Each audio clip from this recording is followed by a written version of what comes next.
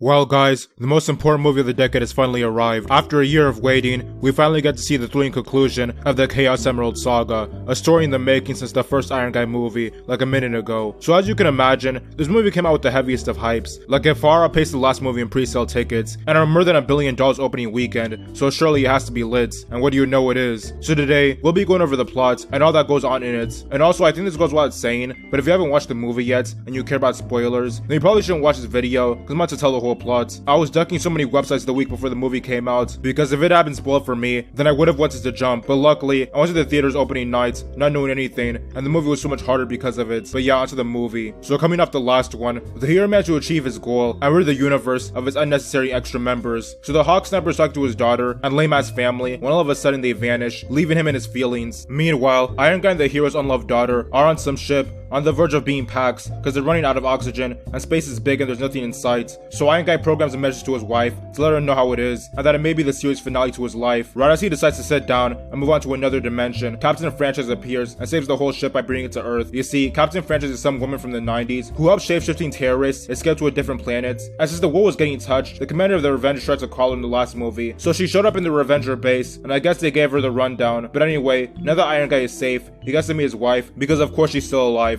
But he's in his feelings over the whole half of existence getting murked thing. So when Lieutenant America asks him where the hero is, Iron Guy throws some shots at him because he wasn't in the trenches when the ops came through. Also, he's hurt because Spider Guy's in a blunt, and he low-key blames himself. But while Iron Guy was dissing the lieutenant, he pulls his heart out, and then he collapses, so they have to revive him. Meanwhile, Captain Franchise says she wants to put the hero in the dirt, and everyone's looking at her like, chill out, you just got here. Then they ask her where her ass was at, dog, when niggas really needed her, and she says she's been bailing out the entire universe, so they're like, whatever. Also, Odin says in his feelings the heaviest, because he feels like he let everyone down by not murking the hero when he had the chance. So he dreams out the opportunity to finish the job, and brings his axe right next to Captain Franchise's face to see if she's about it. But you know, since she's so above it all, it doesn't faze her, so that's whatever.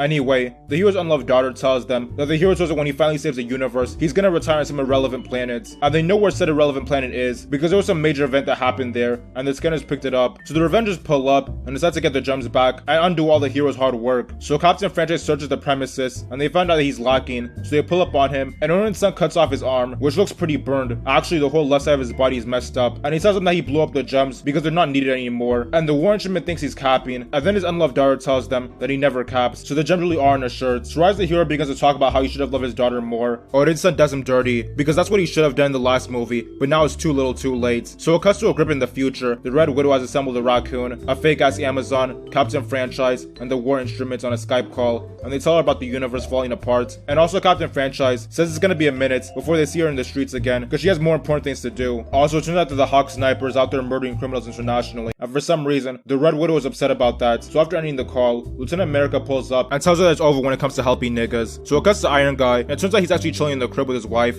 and now he has a daughter, so he didn't really lose much because of the snap. Meanwhile, in some storage facility, a snitch is playing on the controls of Ant Guy's van, and somehow manages to grow him back to normal size. You see, at the end of his last movie, he was shrunken down to the quantum zone to get some materials, but the hero snap got all the people that were with him out of the way, so he's been stuck there ever since. So as soon as he gets out, he sees the world is half barren, and also that there's a bunch of graves, so he runs around, trying to make sure his daughter isn't one of them, and she's not, but it turns out he is, because no one's seen him in a minute. So he pulls up to his daughter's crib, now she's like as big as him, so that's whatever. After realizing what happened, Ant Guy pulls up to the Revengers base, and tells Red Widow and the lieutenant that he was just in the quantum zone the whole time, but it felt pretty short compared to the minute that's been going on outside, so he thinks that they may be able to time travel and stop the hero from doing his plan. Since none of them actually be in the lab, they pull up on Iron Guy to see if he can help, and he basically tells them to piss off, because it's a dangerous idea that probably won't work. So then they pull up on the green guy, and it turns out that he is now fused with his scientist version. I could talk like a regular person, so now he's a celebrity or something, and he proceeds to make the Ant Guy look bad in front of some fetuses. Then he tells them that the idea is probably an L, but he's still gonna help them, because he might as well. Also, it turns out that Iron Guy's still hurt over the loss of Pedro the Spider Guy, and he's been running simulations on how to go back in time with the quantum zone, but his daughter catches him, so he has to put her in bed, and then he discusses with his wife whether he should do it or not, and she tells him that he might as well. So the green guy's been helping them get a hold of time travel,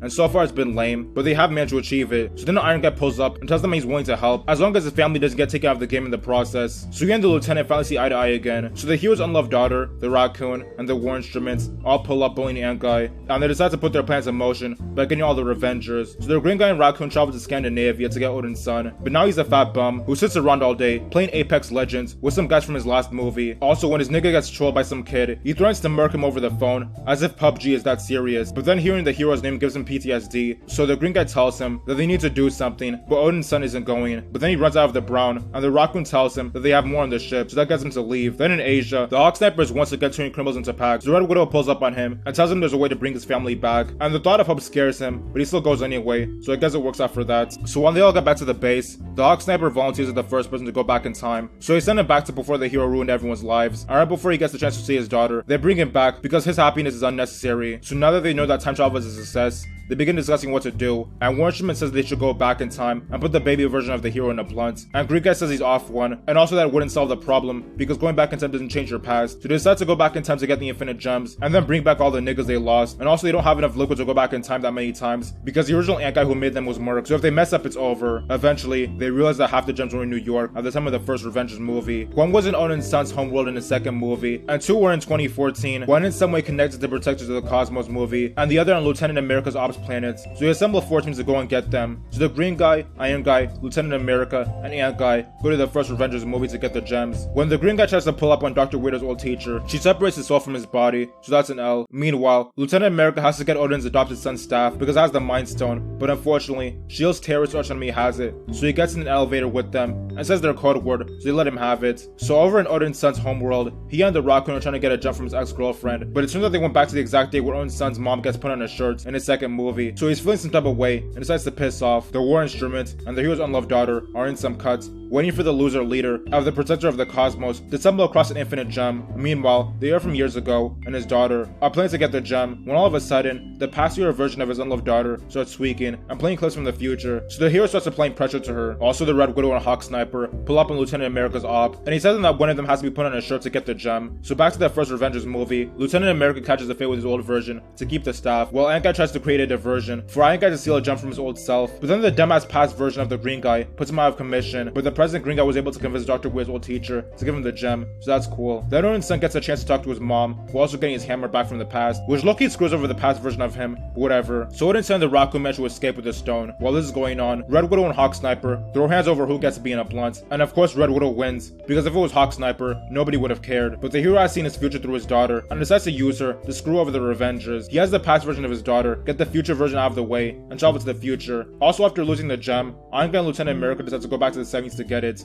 and while they're there, Iron Guy meets with his dad, and Lieutenant America sees his wife, and also finesses some time travel liquid. So all the guys are back in the present, but Red Widow is MIA. So Hawk Sniper tells them what happened, and all of them are in their feelings, especially the Green Guy, because she was his wife, but they decide the best way to honor her memory is to undo all of the hero's work. So the Green Guy gets the glove ready and snaps his fingers, which brings all the guys back to life, so that's cool. But it also ends up messing up his whole arm, because you know the gems are powerful. While this is going on, the unloved daughter from the past has been setting up coordinates so that the hero can come to the future and bully everyone there. As soon as the hero gets there, he launches a strike on the Avengers base, which puts the Green Guy, War Instrument, Raccoon, and Ant Guy all in danger. So Iron Guy, Lieutenant America, and Odin's son all pull up on the hero, and he tells them that they have shown him the error in his way, so instead of wiping out half of all life, he's just gonna wipe out all life and remake it so that they stay riding his dick. And I'm fine with wiping out all life, but now he's pushing it when he says he's trying to remake it, like chill out. So the hero is no longer a hero, and is instead a little more like his comic book version, but still way better though, so we'll call him the Alien. Even though the Alien doesn't have any gems, he's still giving the absolute beats to Iron Guy, Lieutenant America, and Odin's son. Right before the Alien can get Odin's son out of the way, it turns out Lieutenant America is worthy of wielding the hammer, and starts slapping up the Alien with it. But then the Alien applies pressure, and ends up breaking Lieutenant America's shield, and as he struggles to get up, it turns out the Alien called his troops, and they're ready to fuck over the Earth. But then at the perfect time, all the dead niggas from the last movie pull up to bail out their Avengers, and also the Ant Guy managed to save the Green Guy, and War Instrument, and the Raccoon. So there's this really great fight scene between the armies, and Iron Guy reunites with Spider Guy. Also Captain Francis shows up